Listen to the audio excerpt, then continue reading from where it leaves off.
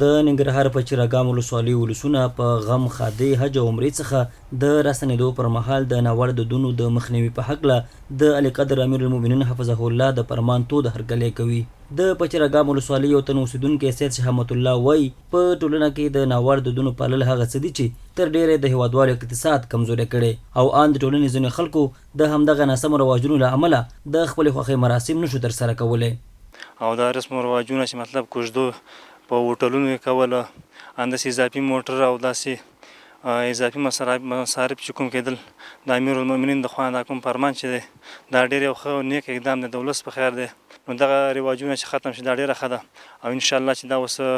یو څه موده چې د امیر المؤمنین دغه فرمان صادر شوی دی یو څه کم شوي دي. د پچراګام ولسوالۍ قومي مخور حاجي زمانبر د ناوړه دودونو مخنیوي په هکله د امیر المؤمنین حفظه الله فرمان د ولسونو په خیر ګڼي او له قومي مخورو علماو او ځوانانو غواړي چې دغه فرمان په ښه تطبیق کې له ځایي مسؤلینو سره بشپړه همکاري وکړي. اسودګۍ دپاره د خلکو بهبود دپاره د خلکو د عمر د اقتصاد دپاره ډېر پیدامند دی. موږ یې هرکلی کوو. دا یوه خبره. دویمه خبره دا ده چې موږ په ولسونو باندې دا غږ دی چې دا په ټکي په ټکي باندې په ځان باندې تطبیق کوه، عملي کاندې په دې باندې عمل وکړه. د ادارې نه موږ غوښتنه دا ده چې د دې څو خلاف ورزي کوي هغوی لږ مجازات کړه.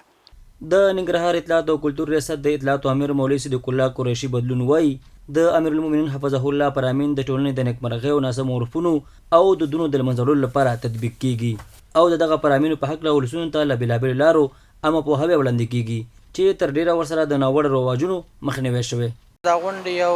سیمینارونه او همدارکم ته عامه پوهاوی د دې دپاره کیږي چې خلک د دې په اهمیت باندې پوه سي او څوک چې کله په یو شي په اهمیت باندې پوه سي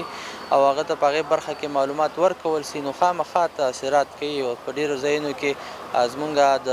بدو رواجونو هغه کچه ډېره راټیټه سوې ده. یعنې مونږ ویلی سو چې په یوه سیمه کې مخکې 80% بد رواجونه او اوس د دغسې غونډو د عامه پوهاوي له لارې چې مونږ په غونډو کې کوو یا په رسنیو کې کړی ده نو تقریبا 10 سلنه یا 20 سلنو ته راغلی. د یادونې وړ ده چې د ننګرهار اطلاعات او کلتور ریاست له لورې د امیر المؤمنین حفظه الله فرامینو په هکله په بېلابېلو ولسوالیو کې د عامه پوهاوي ولسي غونډې جوړې شوي او دا لړۍ لا هم دوام لري.